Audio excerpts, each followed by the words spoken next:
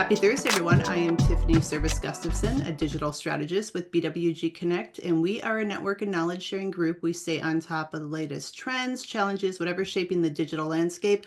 We want to know and talk about it. We are on track to do hundreds of these webinars this year due to the increase in demand to better understand the digital space. And we'll also do at least 100 in-person small format dinners. So if you happen to live in a tier 1 city in the US, feel free to reach out to us via our website or one of our team members. We'd love to send you an invite. The dinners are typically 15 to 20 people having a discussion around a certain digital topic, and it's always a fantastic time. We spend the majority of our time talking to brands. That's how we stay on top of the latest trends. And I'd love to have a conversation with you. So feel free to drop me an email at Tiffany, Tiffany, at bwgconnect.com, and we can get some time on the calendar. It's from these conversations we generate the topic ideas we know people want to learn about. And it's also where we gain our resident experts, such as Sigil and TrackStreet, who are with us today.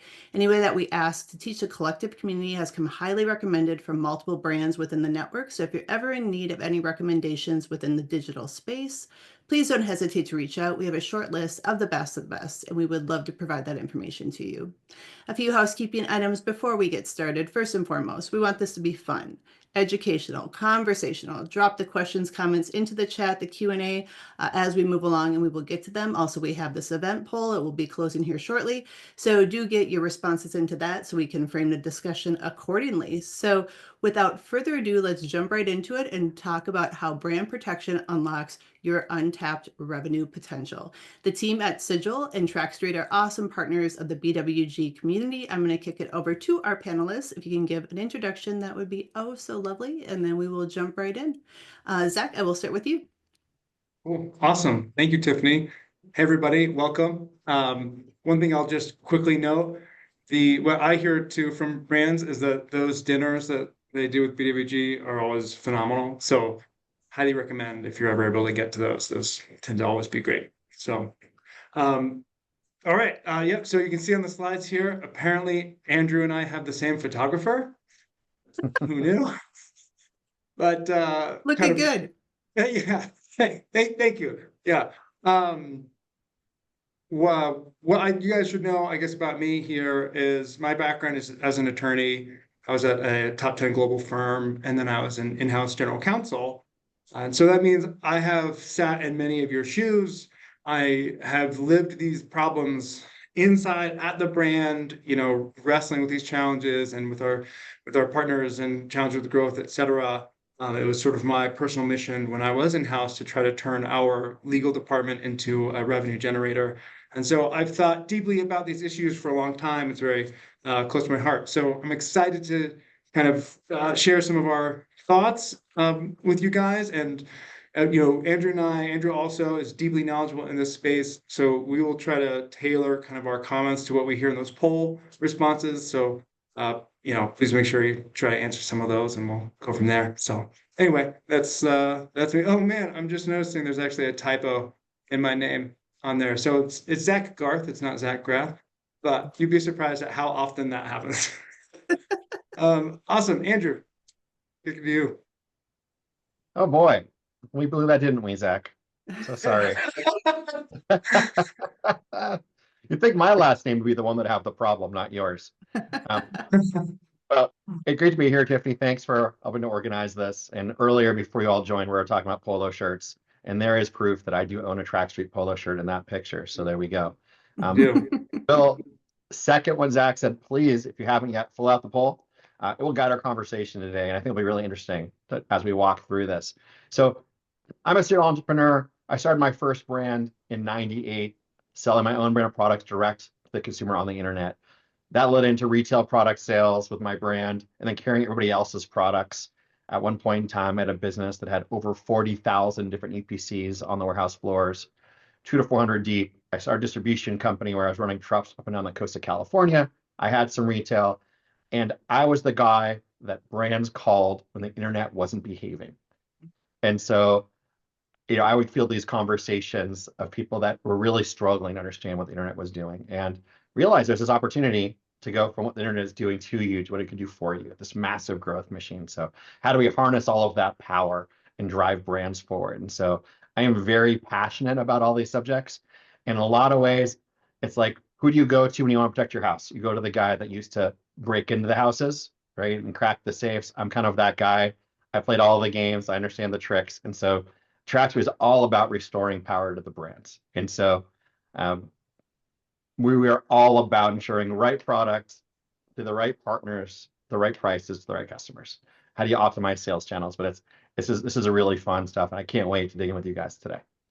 Awesome. Thank you, Zach. Andrew. I mean, this is going to be a fun conversation. Let's be real. So we're starting with a poll. We'll give about another 10 seconds for everyone to get their answers in. If you haven't, looks like most have, but 10 more seconds, please get your answers in, and then I will end it. Thank you. For those of you who haven't taken the poll or are thinking about it, these are the questions there. I think it's going to be really interesting to see how you all split up around this. E-commerce is shifting quickly. I think the news of the last week or two here in the US, as I saw we've got someone in the UK, it's certainly shifting outlook for what margins look like, what channels look like, how does product get to market and from where. So we're at a time of potential change. So I'm very curious to hear how this shakes out. All right. Are we ready to share? All right. Let's see. All right. Can you see it? Everything good? There we go. So we've got, for planning to expand DTC sales this year, looks like 2/3 are yes and 1/3 is no. It's pretty interesting. Are you more focused on revenue or profit? We got 2/3 focused on profit, 1/3 on revenue. That's also interesting. All right, where are you planning to find that growth? And we've got, it's like the plurality are saying on marketplaces, 45%, so almost half say for marketplace, followed by their e-commerce storefront, and then other sources. Not a lot of love for social commerce on there. Interesting. Yeah, which is Yeah. fascinating. And a little bit of brick and mortar. Don't miss that one. How do we approach Amazon? We've got a lot of basically a pretty even split of 1P or 1P and 3P, and then a little bit of doing their own 3P account. So it looks like folks have moved away from using 3P authorized sellers there. Resale policies, we've got pretty interesting distribution here. About a quarter of you have both. A third to a quarter of you have just a price policy or an authorized reseller policy. And almost a quarter don't have either. Very interesting. Average unit retail looks like 2/3 use this, maybe 1/3 doesn't. 40% are using it to evaluate the sales performance of products. And then there's a smattering of other benefits, use cases here of performance of bundles or product pricing or inventory planning. Great. Interesting. Thank you all for participating. Like, this is great content to jump into it. Remember, questions, comments, put into the chat or the Q&A as we move along here. I will stop sharing so you will get access to this I'd video. love to hear in the chat if this is surprising to you. So Yes. we have at this point, how many do we have? We have 20 people in the room. Like, is this what you thought things would shake out as? So it looks like there's a trend here towards owning more of your revenue, certainly, and a shift in how you're dealing with marketplaces. I got to say, I myself am surprised we didn't have one respondent say that's social. For example, the TikTok. Exactly. Which was a lot of hype last year with a lot of events we did. So that's very interesting. Yeah. All right. Yeah. Fantastic. Okay. So looks like we got one chat. So Katie, not surprised. Okay, awesome. Well, you're one. I am. That's excellent. I think I'll be curious. I'll encourage all of you as we go, use the chat. We're gonna have a Q&A at the end. If we watch our words here, we'll have time for it. Please jump in here and keep the conversation going. So I want to start off with some information. We're gonna weave in some statistics and some market data along with some strategies. This is all about following the money. So let's be really clear. Like, we want to return more profitability to your sales. How do you do that? And I'm a strong proponent of brand protection as a mechanism to do that, which sounds a little crazy, but I think you're going to understand why by the end of this conversation. So just to give you an idea, I'm curious. If you looked, we took 13 brands in the pet space and we track over 2,200 sites for them. This is just a sampling. We work with about 1,000 brands. And so how many of you would expect all 13 brands to appear on the major pet websites? So think about the Amazon, the Walmart, the Chewies. Some of you who understand like the pet industry will know more than others. But PetSmart, Petco. yeah. Yeah. So how does this break down? And so what we've learned is that there's lots of micro markets within every channel and industry. So for example, Amazon and Walmart, all 13 brands represented, only on 11 brands at Chewy and Petco, 10 Pet Supplies Plus, and then PetSmart and Target, 9. So it's really the impact of retail distribution, how much shelf space is there versus everything in the world, right? Virtual inventory as it scales up and down. But we really see, and particularly in pet, there's lots of little websites that matter depending on what kind of product you have. If you make products for a very small part of the market, you have very specialized sites. We were surprised when we started the company how diverse the industries were. We track over 165,000 websites. When we started, we wouldn't have imagined that. So it's very broad. And can I just jump in on that one too, Andrew, just so you guys know, right? Because every company is so different and unique and ends up, across all these different sites, the way you approach your brand protection and the way that impacts your revenue is also going to be really unique. So like Andrew and I will speak to trends and try to answer questions as best we can, but like definitely utilize the Q&A or the chat if you have like specific questions in your guys' scenario to try to get answers. Like this data really illustrates just how unique the exposure is for each brand. Sorry. Yeah, thanks for that, Zach. And I'll add that when we're talking about brand protection, it's really important to think of it as an ecosystem.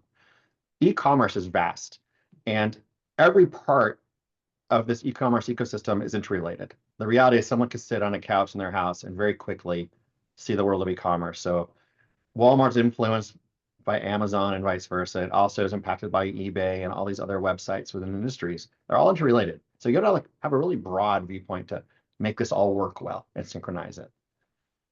So we actually went back and looked for the last essentially 3 years. What's the trend for kind of policies that you have for brand protection? Think of this as the foundation of your house. So is it a price-based policy like a MAP, IMAP, and such? Is it authorized reseller policies? What you'll see is that we've moved in this direction of essentially brands enforcing on both policies. So they're both designed to protect your customers and your brands, but you see that we now have 65% of new customers in 2024 had both policies in place, and a reduction in just price policy or just authorized reseller enforcement. You'll see that last year we had no new customers doing just authorized. And as you're going to hear from Zach, this is very, very much about foundation in place and having the tools to deal with price irregularities, and which also impacts profitability and pressure on product, but also how do you have the teeth you need to chew and bite down on the naughty resellers when you want to. Zach, anything to add? No, I would echo that. We see this same interaction over on our side of things, and that you have this also demonstrates, the brands are learning that it is an interrelated ecosystem, and inventory impacts inventory in ways that you don't expect. So, I think that this is a trend that I expect we'll continue to see. Fantastic. Well, let's talk about what happens if you don't put these controls in place. Sure. Oh Yeah, boy. so Having post-traumatic stress here from the days I had to play whack-a-mole. Can't wait. Yeah, for real. So I'll just, I think the way to think about these pain points, I know many folks here on the call have seen or experienced at least some of these, right, is that they're all interrelated. And, I think of it like if you're trying to run a marathon and you're only focusing on, training and running, but you're not taking care of your nutrition and your sleep and your hydration, right, then it's going to be really hard for you to progress as a runner or get where you want to be. It's hard to, get that growth you're trying to see. And instead, anyway, we'll come to what happens when you get all those things aligned. But so this is sort of a demonstration of just what happens when you kind of are working against yourself if you don't have control, right? So, for example, you'll see uncontrolled price drops, and that has really big kind of ripple effects, not only, in the specific channel where there's that price drop, but then it'll erode margins, across multiple channels as your retailers are forced to price match, right? So many of you are looking to expand in your marketplace channel, but there's also a good amount that are emphasizing your retail growth. And so you want to be mindful, right, of how those interrelate. And also, if you have that variability in that price drop and those prices, you start to impact the customers, the consumer's perception of you and your brand, and where they can find bargains, right? So many brands are trying to keep an important margin. I know that, right, 2/3 of you are trying to grow your profit margins in this coming year. And so if your brand has a reputation of, something that can be bargain hunted, then it's gonna be hard to push up for those prices. You start to lose that kind of brand credibility. Other aspects that happen, it's like your marketing gets really hard to be effective. And so, again, if you're pushing on marketplace or your storefronts were a big one, right? If you guys are trying to drive growth through your storefronts, you're going to be running a lot of ad campaigns and influencers, et cetera, to try to, pick up that impression. Well, those ad campaigns end up underperforming when you have other resellers who are taking control of that, who, will undercut on price. And then, as you say, if you run an influencer campaign over into your marketplace channel that you're trying to grow, and you've got a reseller on the buy box, right, you're not getting any return on that ad spend. So then that becomes hard next year when you go to try to defend that marketing budget, right, and you haven't had that return, right, it has all these like knock-on effects that make it hard to grow. The retail impact is also one of the most important ones, and sometimes the hardest to see, because retailers don't always tell you, hey, we're disappointed in all the price matching we had to do, or, we're not seeing the kind of like SKU, like the inventory movement here on these SKUs. So sometimes they'll just not reorder as much. Sometimes they'll pull back on doors or SKUs, or you can't get, maybe you're on a trial and you're trying to roll out additional SKUs or get into an end cap. And they're not giving it to you. And you might not know that's actually because of issues around brand control and resellers impacting all of that. And all of that, can be addressed and can be fixed. There are other issues though that are a little bit more permanent, which is if you lose control of that brand and customers have really bad buying experiences, you might lose that customer, for years or possibly permanently, depending on what has happened there. Sometimes these resellers will sell used or expired product, right? And that can cause really bad experience. So, and then that also has further knock-on effects because they're not extolling the virtues of your brand, right? They are potentially going to be leaving negative reviews, which then you've got to run more ads to try to counteract that. And now you're in this really challenging spot, because if you can't get those things moving, algorithm rankings will start to push down. It becomes just really challenging, right? It's like you're trying to run that marathon, but if you're not taking care of the things that you need to, it's going to get hard to get there. So that's where that, there's a death spiral there that we talk about at the bottom. And which is not to say that companies are going to go out of business in a year if you haven't found brand control, but your growth is going to stop.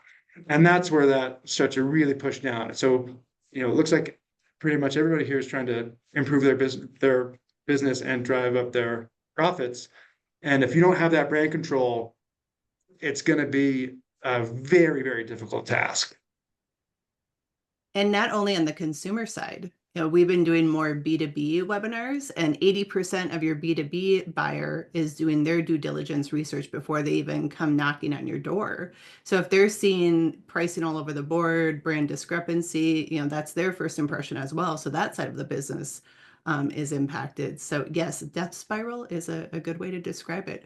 Questions, comments put into the chat and the Q&A as we move along. But quite a laundry list of ick. Yeah, yeah. Well, and that could be why it's hard to, to address some of this is brands sometimes don't know like which pain point to get after first. And, how do you solve this can be kind of confusing. Andrew has a nice way of explaining sort of a process and a framework and escalating on, where to start and how to move forward through these things. And so I think that's helpful because it's a really efficient way to go about it. But yeah, it's a big, big mess. Yeah, it's really a conversation of conversion, right? This is a conversion of your B2B partner and making them feel supported and empowered. And it's a conversion of the consumer, right? Do they feel confident buying your product where they're buying it? And it's very hard to dig out. One analogy I love using is the whole concept of love languages. And I don't know how many in this call are familiar with that, but our job is to speak the language of love from our partner and fill their love tank. And it doesn't matter how we intend it, it's how they receive it. And so our retailers speak the language of profitability, right? Our distribution partners, profitability. And if you're simply not watching out for them and you're not guarding the price point or distribution channels and you're not taking ownership of that and that control, well, they're not going to feel the love. And whatever you're doing for them isn't going to matter because they're simply going to feel neglected and they're going to go find love somewhere else. And that takes the form of new relationships with other brands. And they give more shelf space and take the new products in. And we want to fill that tank, right? So brand protection does drive profitability of sale of channel because you are working together with your value-added partners. And that's the key, the value-added partner. Absolutely. Well put. Yeah. So, and thank you, Caroline. Saw you come in with that question about B2C. Like, absolutely, direct is very similar. And I think we'll talk about that a little bit as we go through here, like the various channels. But like people look at your brand everywhere, right? They don't just come to your site. Like they don't come to one place. Like they're going to go look and survey your brand. If there's crazy variation in price and some really horrible reviews and they're unsure if it's safe to buy your product, like that's a problem for you. That's going to bring your conversion rates down everywhere. And that means your advertising you're doing and how hard do you work to bring that consumer into wherever they're going? Well, it's not going to work as well. You're going to get a lower return on that. You're going to have more of those people come in and you have an uphill climb into getting them to buy your product and having a great experience with it. Yeah, the kind of the conversion rate and the add to cart rates, right, are impacted pretty directly when you have lots of negative reviews out on there on that product. Yeah, I've spent a lot of time working on how to increase conversion on websites, specifically, it's the consumer experience. And the reality is when there's a gap between what someone knows, what they need to know to make a decision on something, they don't decide. Like the decision is not to decide and they leave. So what you don't want is friction in that process. And so it's really all about collapsing that and taking away the reasons they have for not buying your product. Like you work so hard to get them there, wherever they are. Like let's close that transaction. So, Kellen, we'll get into MAP in a little bit, and so if we can, we'll come back to that pricing recommendation. Let's talk about how this stuff works and what happens in markets, how you escalate through a process to have impact, right? What are your weapons? Let's get there a little bit later. So let's just take an example. I love looking at companies that are in this space. This is a company that we've recently been talking to. They have an authorized reseller policy. They have a MUP policy. They are Amazon 1P, but you know what? They really haven't been enforcing their policies. They don't know what to do. They've used some other people to try to get some resellers off of Amazon. It hasn't worked. They don't really know what to do and they haven't solved the problems, but like they kind of have a program, they just aren't doing anything with it, which by the way is far worse because your partners know you have this program, but you clearly don't love them. Like there's no question you don't love them once it's failing. So like this brand's interesting. We'll walk through a little bit of it and I think it'll illustrate what we've been talking about. So this brand has 271 total merchants on their products as of, I think, yesterday. 167 of those sellers are in marketplaces. So they've got a lot of marketplace activity, which I'll show you. They have 104 websites selling their products. Now, it's not uncommon for people to have no idea where they're being sold. You ask someone, How many people do you think sell your products online? 40. And really have come back with 2,512 websites are selling your products and all these resellers, and they're all selling for half off and heads explode. This is not uncommon. So these guys, as I mentioned, have a pricing policy. It's a MAP policy, 147 violations. This is just on 10 products, very small part of their catalog. 69 MAP violations on their websites, and 26 of the 104 websites are being naughty. Right? Like, this is not good. These are people that are just stealing sales. Right? This is bad for your brand. Like, this is not how you build profitable sales channels. And to extrapolate, like, let's look at some of their products. So the price ranges are crazy. Low price, high price, and average price is wild. So look at this crazy distribution. So $35.99. Like, who is gonna, one, no one can compete with that. Two, is it real? Is it gray market? Like, what is that, a scam website? Like, the average price is $112. Like, that's a crazy price spread. This is terrible for consumers who are thinking about where to buy your product. They just don't trust it. Right? This is causing a lot of friction in the space. And you can see with every one of their products, there's a really wild spread. And if you look at marketplace activity, so all of you were talking about, really the majority are, I believe it was 2/3 are working on increasing marketplace sales this year. How many of you are thinking about eBay? So eBay is a $10 billion a year channel. 70% of products on eBay sold are new. I was shopping eBay last night for some kitchen stuff, some appliances. This brand has 100 eBay resellers. Now, guarantee you, there's a bunch of unauthorized sales happening here at crazy price points. And this is a totally untapped revenue opportunity for a lot of brands. It's very common when you see this kind of stack, and people are very surprised by it. But again, you look at all these marketplaces for this one product, each of you will probably have a similar spread that might be surprising. But each one of these presents an opportunity for you to decide, who do I want these sales to go through? Is it through an authorized partner? Maybe show them a love. But what value are they creating for you by being there? Are they sticking out a net and taking the traffic? Are they truly creating sales? Or do you want to think about owning that so that you can own the profits that come out of your work driving people to brand recognition? And the ones that, if they're going on Amazon, people don't really generally educate themselves on Amazon. That's going to buy stuff. Like, who should get that sale, right? These are all conversations, and these are just a handful of marketplaces where we now have that conversation. And I'll just add to your point on this, Andrew. With eBay, right? eBay recently announced its partnership with Facebook Marketplace. And so now anybody who's working on or looking on Facebook Marketplace is also getting exposed to eBay and all those new items. And eBay is working hard at building its, position as a channel and bringing brands into it to, basically start competing up with Amazon. And so that's a massive amount of exposure for sales. And the reason why those sellers are there is because there's demand. They're making those sales. They're making that money, right? So it's a good indicator. Scans like this are a good indicator to say, oh, okay, like this is maybe something I need to evaluate or consider. I might have missed part of it here. There might be an 80-20, investment opportunity to jump into one of these, other marketplace options here to start driving up our revenues.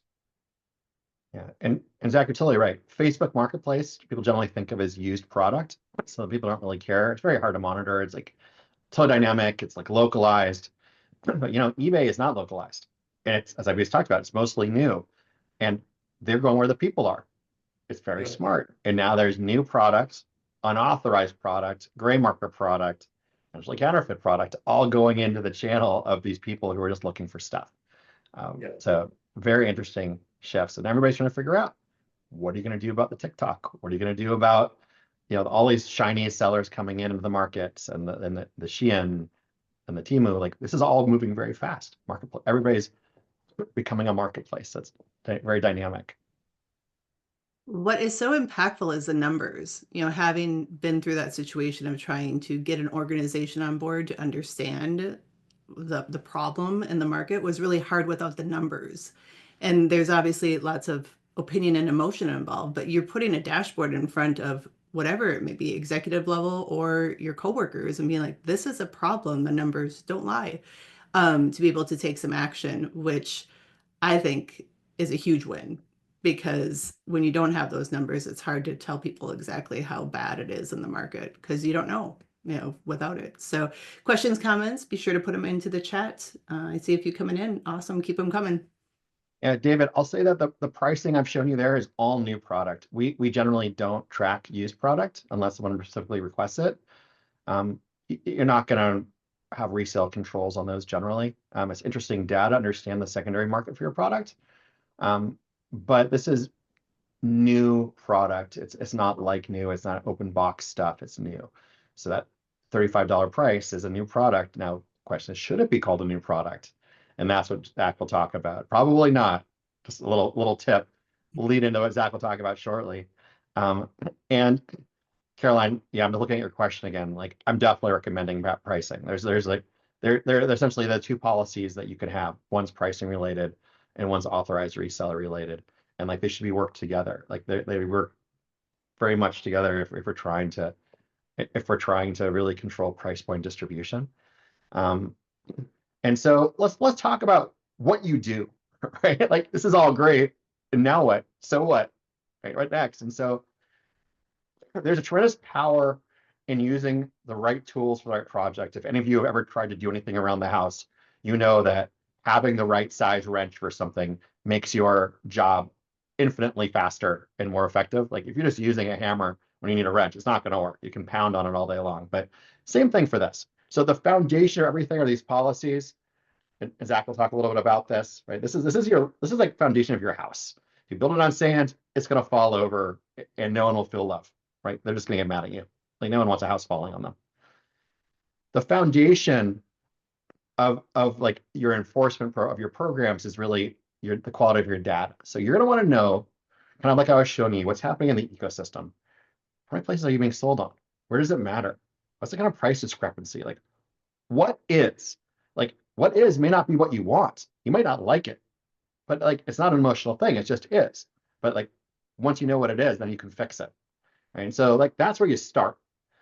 And then you have this combination of price policy, authorized policy, one or two of them, and you're going to enforce those policies. And now the way people enforce can range. It could be manually. You just send emails out to people that are creating the problems when you find them. So someone hanging out watching TV on Saturday, watching some college football, taking care of this doesn't work very well. But you got to enforce. You got to enforce unilaterally. Ideally, there's automation because if I'm naughty today, I should get an email. I should be told, and it should escalate based upon my compliance or lack thereof. There needs to be a totally unemotional approach that is unilateral. Everybody gets treated the same. And you decide how you're going to tighten the policies on individual people based on what you write. And so you do have some discretion. But so you start taking action on the data. You will get 85+% compliance, which is good. People are going to start feeling love, and you will start seeing that in your channels. There's more profitability, which is awesome. You're going to have someone to report upwards and outwards, and like, great, we're starting to hit some goals. We see some life here. Let's do more of this. But you're going to find that you got some really, really frustrating resellers, particularly in the marketplaces. There could be on websites that all of a sudden pop up, and you're like, who are these guys? That $35.99 unit we looked at before, like it's not possibly real. They're stealing someone's credit card numbers, but it looks like your brand. Oh my God, get them off, right? So we want to mitigate resellers that are being naughty, like get them off of listings out of marketplaces. This is an art, very hard to do.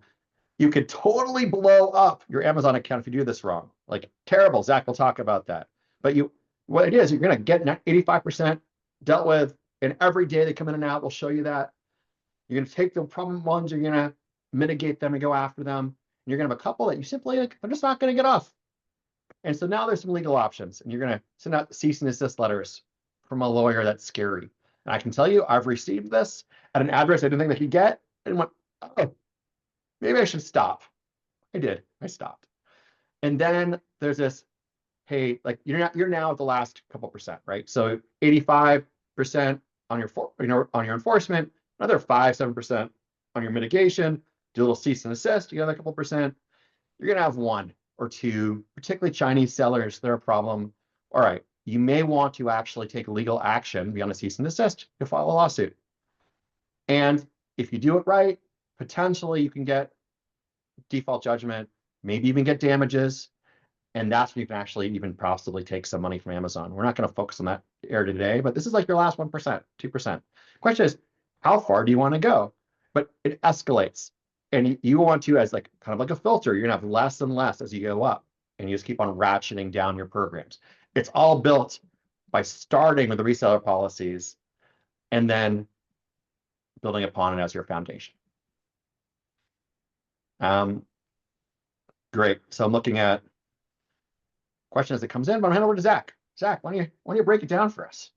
Yeah, absolutely. And so briefly here, kind of returning to our conversation before and the idea of running a marathon, right? What's the impact for a brand once you do take back control? And it can be the opposite of that death spiral, where these things start working together positively, right? So you're running that marathon, you're eating well, you're getting good sleep, you're recovering faster, you can train more, your speed gets better. Just everything starts working together in the direction that you want it to go. And so, right, as you can see here, right, as your prices start to lift, and just like Andrew said, if you start enforcing these policies consistently, you'll see prices start to come up. That's higher margins, out to your favorite sellers or to you, depending on, depending on those channels. If you're owning it, if you're having a partner there, if you're speaking that love language for them, right, sending them those margins. 2/3 of you are trying to drive up your margins, right? So having those prices come up is really important, and that also then, this is sort of related to several points here, like Ryan in the chat, great point about distributors and setting expectations, and they're all paying attention to each other, and you'll have less conflict and you'll have happier partners as you are maintaining those prices and keeping those prices up, and it'll help you get out into extra doors and more SKUs or more inventory into the reorders, et cetera. The other piece is you'll have a lot less variability, right? Those slides that Andrew showed us earlier, with the wild price variance and how often those listings prices can change, right? That creates a lot of uncertainty for consumers and makes it, you create that gap of trust if they're getting something. I mean, there is so much fraud online these days that people are suspicious. So having more consistency really delivers that message to brands, like, to consumers, this brand has it under control.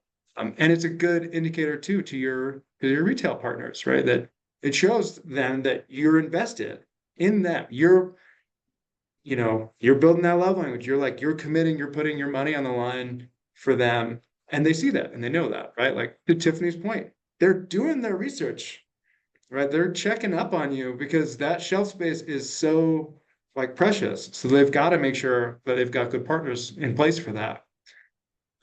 And that then also speaks to, right, as you have control of your brand, you get better channel ownership.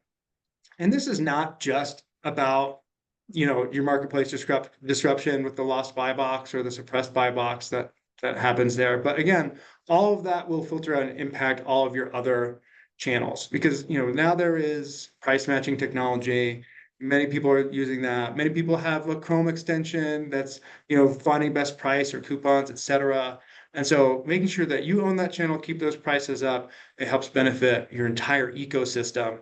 And that overall is going to improve the experiences for your consumers, drive up your goodwill for your brand, right? You'll have fewer negative reviews, and then finally, this leads to more opportunity for marketing, right? As you have additional margins, you can put a little bit more into your budgets for marketing. And as you drive those sellers to your channels, to your desired channels, you're going to get more money off of each purchase, right? Each purchase becomes a little bit more valuable for you. Even can outpace that marketing spend that you start to do.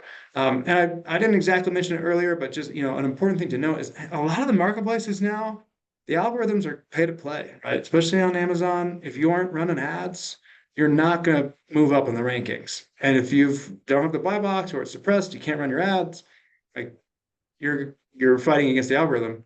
Once you have control, then this all starts to flow. It just becomes a lot easier. And this is why we asked earlier about kind of the average unit retail prices. And if you're looking at the sales performance for your products, which many of you are, right, your sales performance of your products is going to go up because you're going to see those higher prices across those different channels. So you'll see that direct impact into your guys' business, right? That's how we start driving up that revenue.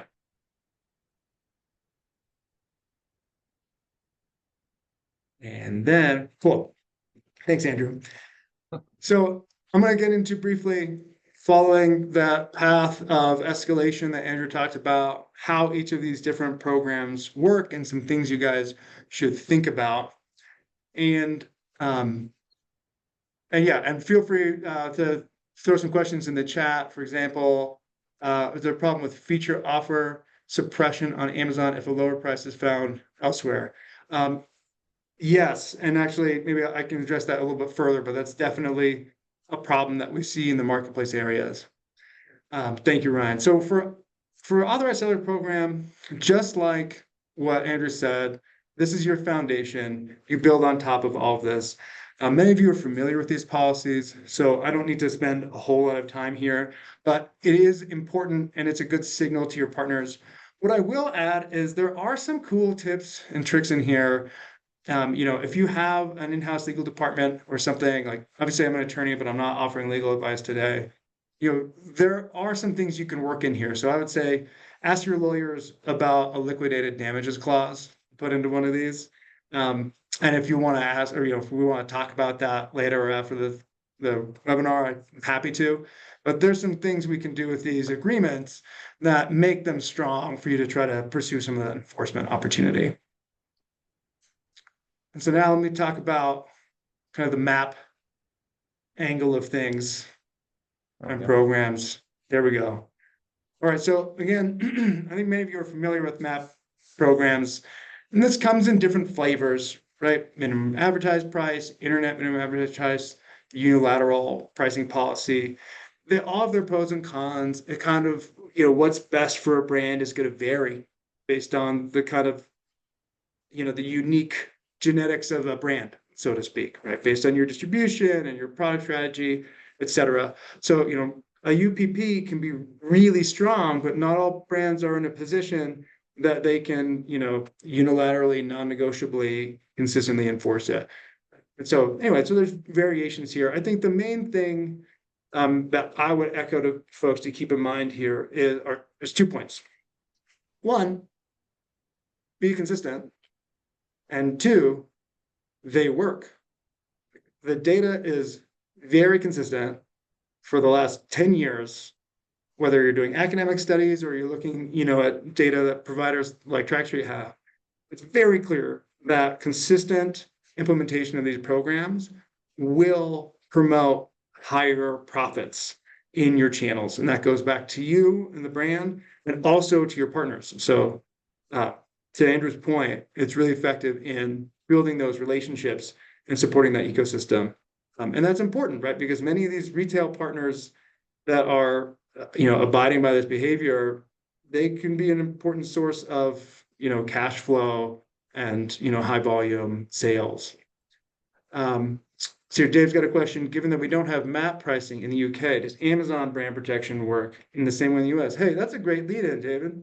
Perfect. Thank you. Thank you. Yeah, that's awesome. Let's talk about that. All right, so this is now you're moving up in your escalation here. Now we're talking about the unauthorized seller mitigation. There's a lot of places to go here. To Andrew's point, this is very much an art at times and understanding what levers to pull.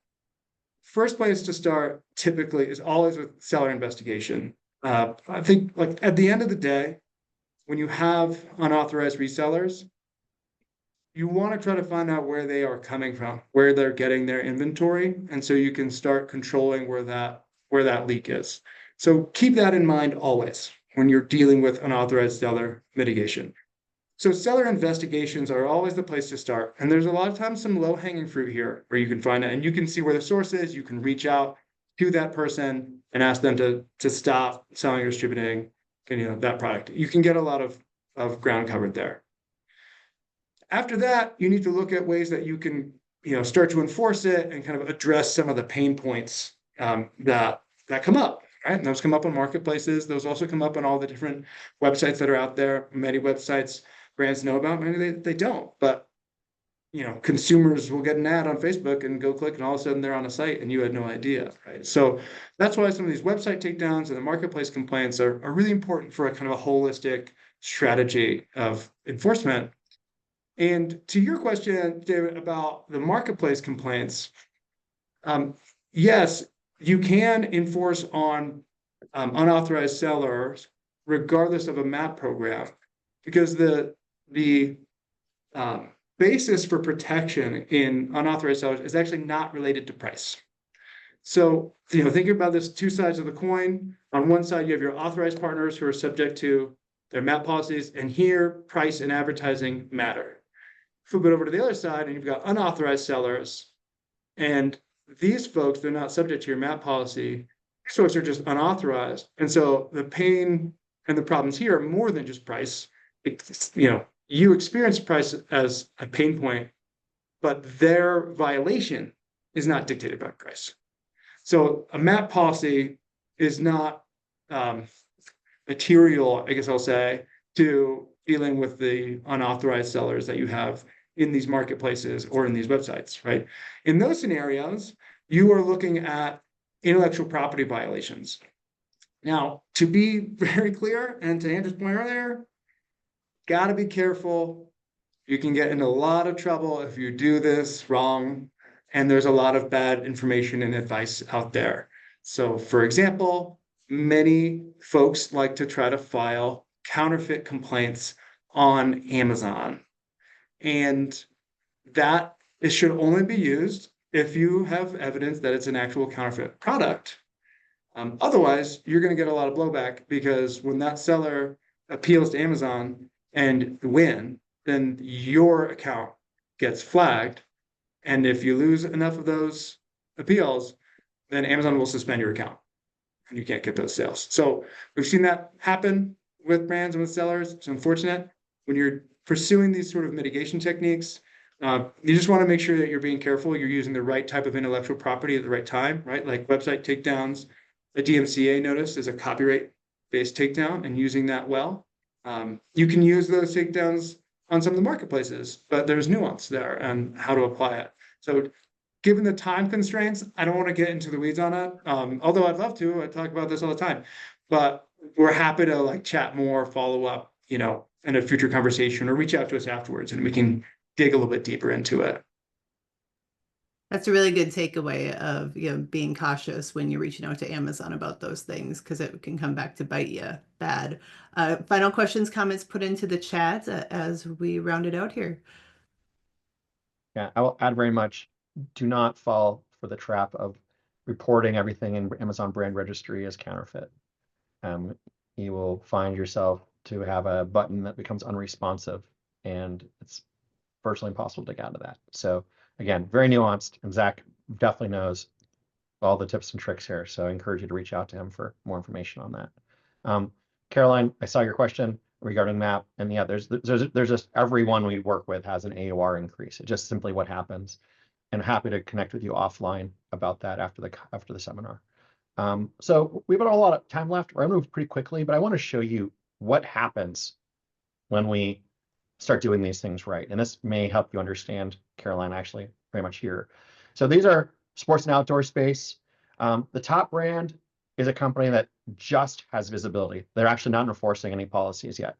And you could see a crazy amount of price changes, listings, deviations, it's wild. And then you see down here a company with the enforcement of their policies. And you can see that there's much smaller price deviation, less price changes through the day, less listings. So it's more dollars being funneled to the right partners and pockets, right? That's the goal of all of this. And so if we looked at enforcement on stopping unauthorized listings, so the reality is every day sellers show up that shouldn't be there. They get their hands on product. It could be through liquidation channels. It could be because you offered some kind of subscribe and save deal Zac and I were talking about yesterday. It could be lots of ways, right? we got to get them off. They need to scram. So we want to stop them every day too. And so this is just an ongoing thing. You just have to keep on it. And that's where automation really matters. Like, let's talk about impact of authorized reseller enforcement. David, this is kind of you, right? Like, how do we start tightening things down, not pricing related, understand selective distribution in Europe is like very nuanced. But let's look at no enforcement, right? Like, there's basically almost everyone is unauthorized. And then when you turn on enforcement, things plummet. People start behaving, right? And they're little kids. Like, we're mom looking out the window. So are you. Hey, kids behave better when they know being watched, when they have to be yelled at once in a while. And that's how they know they're being watched. So let's just look about dollars. So a pet company, they had a MAP policy, Caroline, unauthorized seller enforcement, everybody else. So there's a 95% decrease in MAP violations. Right? Prices went up. AUR went up. Brick and mortar sales. Sorry, that's somebody added it on my slide. It's not price increase. 60% sales increase. So massive. So they got more product in slots and deeper. So people weren't talking to them about taking in their new products because they weren't feeling loved. All of a sudden, they had some date nights. They were feeling pretty good about each other, and they expand. And then Amazon sellers moved from 200 plus to under 10. Now, this company wanted to own Amazon themselves, their account. And you know what? It had a massive increase. Millions of dollars of sales went to their pockets. At a higher price point with more profitability was that enabled them to get in the flywheel of advertising, right? So driving more. So that's where this stuff works. That's the impact, and that's where it goes. Now, we went through very quickly. We got a couple minutes left. You've all been great in volunteering questions along the way. Awesome Anything engagement. additional? Yeah, final questions, definitely pop them in there. One here I had offline was the idea of getting the inventory back. Do you recommend that brands, when they're doing a cleanup, that they actually go and offer to buy the inventory from these guys that are being a pain in the neck? Good one. Can Yeah. I jump on this one, Andrew? Yeah, let's see. I might have the same answer. I might get a different one. Go for it. Okay, yeah. I would say it really depends on the situation of the brand and the situation of the seller. Because not all inventory that these sellers have is created equal. So you've got to be really conscious of, all right, what's it going to be like getting that inventory back? How well can we get it back into circulation? You know, what are where are they currently housing that inventory and how are they going to get it there? You know, and then I would, tie all of that to getting commitments from them not to sell your brand and then finding out the source of that brand, the product, et cetera. It can be a really powerful technique if you've got a company that's willing to do it.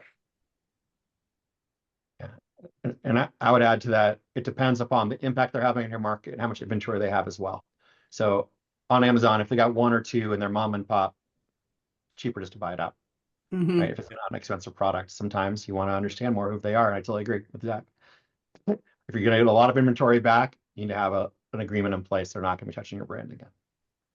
Good point. Final question here. Do you recommend a MAP, IMAP, or UPP? Suppose it depends on the situation, right? What do you think, Andrew? Yeah, Zach. I mean, I think it really does prevent a situation. I mean, I think the most common least resistance getting in place is MAP. And then if you really have some brand equity and power, I think unilateral UPP is fantastic, but there are nuanced differences between the two. Yeah, I agree with that. And Caroline, for this, as to MAP to controlling counterfeit, Andrew, maybe you have a different perspective on this, but I would consider those separate programs and policy and problems. MAP is going to be more for people that you know. If it's a counterfeit product, something you don't know and don't know where they're getting it, you're going to want to look at different techniques there. If you do have factory theft, I mean, I used to regularly tour my factories. I have top brands how to set up programs to maintain good behavior of their manufacturing partners as well as their supply chains, et cetera. Happy to connect with you on some tips and tricks on that. Making sure you've got good behaviors out of it because it's super common. And honestly, everybody listening, third shifting or theft out of the manufacturing warehouse, it happens way more than you think. The stories you two have I say, like, if you're gonna have a cocktail hour, invite Zach and Andrew to tell the stories of what they've witnessed, because I'm sure you have some doozies. Good stuff out there. Awesome. We are at time. Thank you all for joining and with the awesome engagement and contributing to the polls. We definitely encourage follow-up conversation with the Sigil and TrackStreet teams. Obviously, they are awesome at what they do. They're experts in this space. So we are definitely encouraging conversation with them and us as well. We're always looking for new content ideas, so feel free to reach out at tiffany@bwgconnect.com. So that is a wrap. Happy Thursday, everyone. Take care, and we're moving into the weekend. Take care, guys. Thanks so much. Thanks, everybody.